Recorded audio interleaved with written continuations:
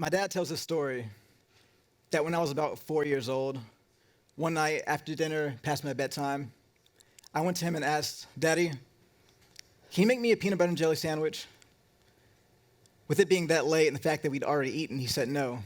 So I asked again, "Daddy, can you make me a peanut butter and jelly sandwich?" And again, he said no. So I asked over and over and over and over again. And over and over and over again, he said no, until finally he became so frustrated and so aggravated that he did what some parents would do in that case, especially in those days, and he gave me a little spanking. So I cried and I cried and I cried. And as I wiped the last tear from my eye, I walked back in the room. "Daddy, can you make me a peanut butter and jelly sandwich?" He was shocked. He never seen anything like that from a kid. And he got up and he made me the sandwich. And he told himself from that day he knew that whatever challenges were in my life, I would follow through one step at a time to accomplish whatever I had my mind set on. I stand before you today as a musician, composer, internationally touring performer, band leader, and I really wanted to talk about music today. I really did. But then I thought, a lot of you out there have ideas that you haven't started on yet, or projects that you're working on now, or even projects that you feel like you've finished already. But I like to think about what happens when we push ourselves beyond the point that we think that we've already pushed ourselves. And that's something I like to call following through the follow-through, just like I did with the sandwich. So whether you're learning Chinese or planting a garden or wanting to start a business or wanting to become a touring musician, I imagine the concept of following through as a hallway, an imaginary hallway with doors all along the sides. And these doors represent chances and opportunities, career highlights and project landmarks. Just like any hallway, how do you get from one door to the next? Well, as all the expressions go, one foot in front of the other, one step at a time. For those of us that are fortunate to be able to walk, that might be a seemingly insignificant concept, right?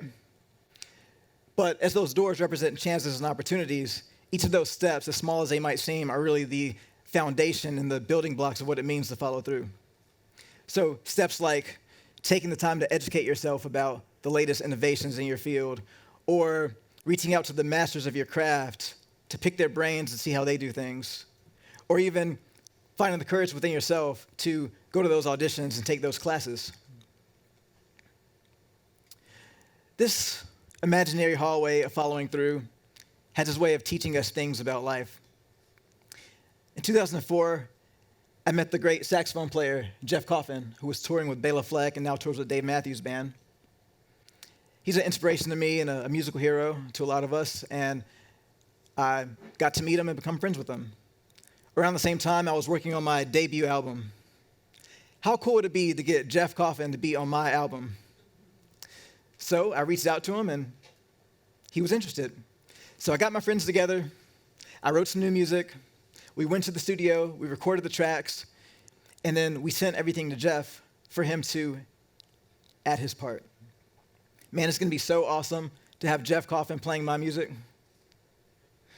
So now we wait. One day goes by, no response. Another day goes by, no response. And finally, I get an email back from Jeff. He says, "Jonathan, I believe you can do better than this. You always have to make sure you put your best foot forward. And I'm sorry to say, but I cannot put my name on this." As you can imagine right now, I was devastated. I thought my career was over. I thought I'd never be good enough to work with those musicians that I admired so much. I went to sleep that night deflated and defeated. And I woke up the next morning and read that email again. "Jonathan, you always have to put your best foot forward." So I gave it a shot. I worked on my writing skills. I practiced my instrument more. I surrounded myself with the top musicians and the best recording engineers. I tried it again. Happy to say, it worked. Jeff Coffin played on my second album. He played on my third album. And from time to time, he even comes in to be a special guest with my band, even to this day. And I know that's a pretty cool name drop. We got to hang out in Amsterdam with Dave Matthews, fun times. But just like the opening story, with the peanut butter and jelly sandwich, I took the beating, I got myself up, I took those steps one by one to follow through with what I had in my head. This imaginary hallway of following through has a way of taking us to places that we never thought we'd be. Of course, I never thought I'd be doing concerts in China and the Czech Republic, but I don't mean geographically. Earlier this year, I was scheduled to do a performance at a special needs school in Taiwan. And I'd never done a concert in that setting before, so to be honest, I was kind of nervous, just hoping that my music would connect with this new audience. Here we are, halfway across the world, still having to push ourselves further. And so we started the concert, and you know what? The kids loved it. They really did. There was even percussion and other drums in the front of the room for the kids to join in if they felt inspired. But in that room, there was a 7-year-old kid in a wheelchair. And he was in this wheelchair because he never had the desire within himself to even try to walk. And as our concert continued and as all the kids were having a good time, this kid turns to his mother, true story, and says, "I want to try to walk today." The mother had never been able to get a response from him like that, ever. And so with the tears streaming down her face in the middle of our concert, she assisted her kid making his first steps at the age of 7. When I started this path, I never imagined that I'd be part of something so incredible as that. And I walked away feeling really fortunate to see firsthand that if I push myself, it can impact someone else to push themselves further than they ever thought they would be able to. But this imaginary hallway of following through that I have in my head, it's not really a comfortable place. Just like a hallways in your house, it's not meant to be a place to settle. We just use it to get from one door to the next, right? And believe me, to get here today, it's been a pretty uncomfortable path. Right out of college, I had a lot of random jobs. I was a dishwasher, did landscaping, I cleaned vacation homes, and one time I got this random job on the internet cleaning gutters on houses just to make a little extra money. But the whole time I knew that those were just step-by-step progression on my path. So my last real job that I had was a 5-year stint at a factory that manufactured CDs and DVDs. They wanted to offer me a full-time position with a raise and benefits. Sounds comfortable, but I knew that it was going to stop me from taking those steps forward on my path. And when the time came for me to put in my 2 weeks notice to quit, finally, they offered me a position where I could make my own schedule and work whenever I wanted to. Sounds comfortable. Yeah, I know it would have been awesome to have that job with those benefits and not go through the struggles and the beatings of trying to pursue a career as a touring musician. But just like the opening story, I knew that there could be a peanut butter and jelly sandwich on the other side of that spanking.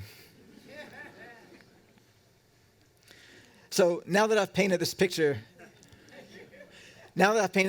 in your head of this imaginary hallway of following through, I want you all to think about that with whatever ideas and projects you have right now. I want you to think about all those people that inspire you the most. They all know that this hallway is infinite. And they all push themselves as much as they can, even still. As successful as we see them, they're still pushing themselves.